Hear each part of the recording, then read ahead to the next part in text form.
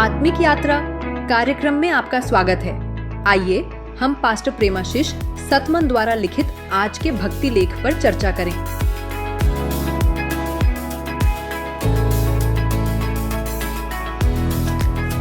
Praise the Lord. Praise the Lord. आज हम एक बहुत ही दिलचस्प विषय पर बात करने वाले हैं। ये पास्टर प्रेमाशीष सतमन के एक लेखन से प्रेरित है, जिसका शीर्षक है वह जो आपके भीतर है महान है। जी। और मुझे लगता है ये उन सब के लिए काफी अहम है जो कभी कभी आप जानते हैं दुनिया की बातों से, नकारात्मकता से थोड़ा अभिभूत महसूस करते हैं। तो देखिए, स्रोत में एक बहुत ही बुनियादी सवाल उठाया गया है जो अक्सर लोग पूछते भी हैं कि भाई अगर परमेश्वर इतने अच्छे हैं तो फिर दुनिया में इतनी बुराई, इतनी तकलीफ क्यों है? तो आज हमारी कोशिश रहेगी कि हम उस अंदरूनी शक्ति के स्रोत को समझें जिसकी बात पास्टर सतमन करते हैं। बिल्कुल। और इस पूरी बातचीत का जो केंद्र बिंदु है वो बाइबल का एक वचन है, 1 यूहन्ना 4:4। हाँ। जो कहता है, क्योंकि जो तुम में है वो उससे जो संसार में है बड़ा है। मतलब स्रोत का पूरा तर्क इसी पर टिका है कि विश्वास करने वालों के अंदर एक दिव्य शक्ति काम कर रही है। अच्छा। और वो शक्ति दुनिया की किसी भी ताकत से कहीं ज्यादा बड़ी है।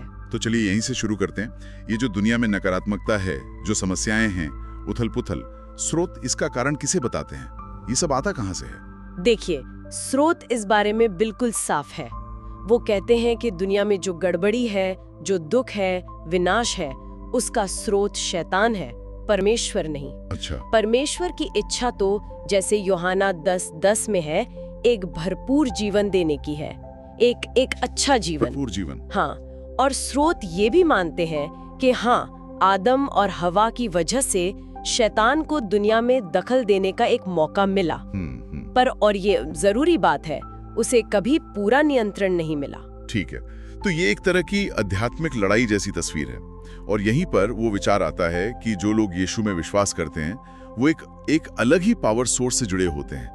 यूहन्ना 17 में भी इसका जिक्र है। इसका मतलब क्या हुआ आम भाषा में? हाँ, इसका सीधा सा मतलब है कि विश्वासी हैं तो इस दुनिया में ही यहीं रहते हैं जी। पर उनकी जो असली पहचान है, उनकी निर्भरता, उनकी शक्ति का स्रोत, वो ये दुनिया नहीं है। वो दुनिया में है पर दुनिया के नहीं है, ऐसा हाँ, कह सकते हैं। दुनिया में है पर दुनिया के नहीं। जी।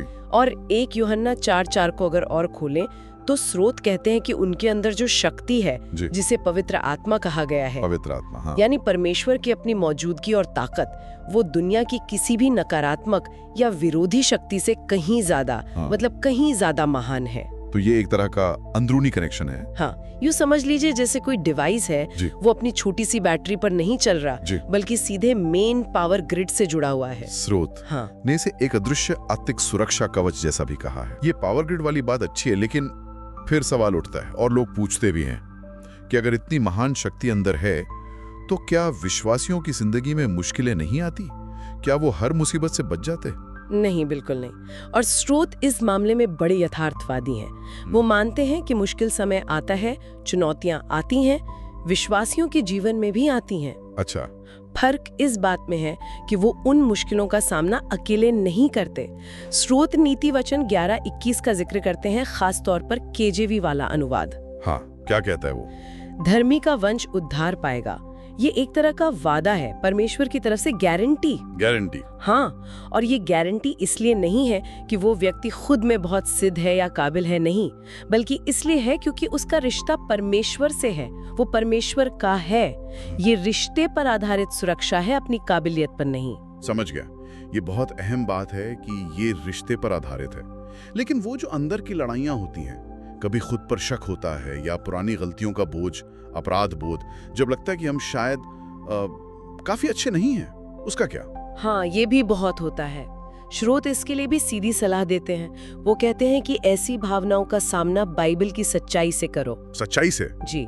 कि हमारी जो धार्मिकता है, यानी परमेश्वर की नजर में हमारा सही होना, वो हमारे अच्छे कामों पर निर्भर नहीं है। बिल्कुल नहीं। वो पूरी तरह से यीशु मसीह में विश्वास पर आधारित है। विश्वास पर? हाँ, इफिसियों 2:8-9 यही तो कहता है। ये परमेश्वर का मुफ्त वरदान है, हमने कमाया नहीं है। स्रोत में एक बहुत अच्छी मिसाल दी है, यीशु का बैज पहनना। यीशु का बैज पहनना? हाँ, ये मैंने पढ़ा था। इसका मतलब है कि हमारी असली पहचान मसीह में है, हमें उनकी धार्मिकता मिली है और यही हमारी सुरक्षा है, यही हमारा अधिकार है, हमारी अपनी कोशिशें नहीं।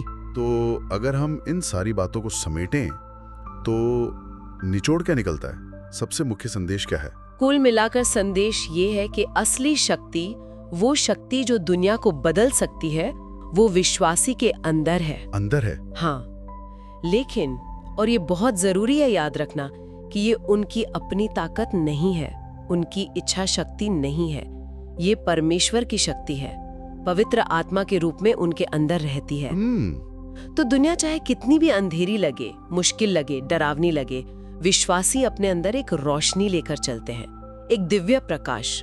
लड़ाई वो अकेले नहीं लड़ रहे, वो उस परम विजेता के साथ है जिसने मौत पर और बुराई पर पहले ही जीत हासिल कर ली है। वाकई ये एक बहुत बहुत शक्तिशाली नजरिया है। तो पास्टर प्रेमाशीष सतमन के लेखन से जो हमने समझा वो ये है कि बाहरी चुनौतियां हों या अंदर के संघर्ष, विश्वास के जरिए हमारे अंदर एक ऐसी शक्ति काम कर रही है जो दुनिया की हर चीज से बड़ी है। बिल्कुल। और शायद सबसे बड़ी बात यह है कि हम अकेले नहीं हैं, हम परम विजेता के साथ हैं, जिसका मतलब है कि आखिर में जीत तो हमारी ही है। सही कहा। और ये हमें एक बहुत ही सवाल पर सोचने को मजबूर करता है। क्या सवाल?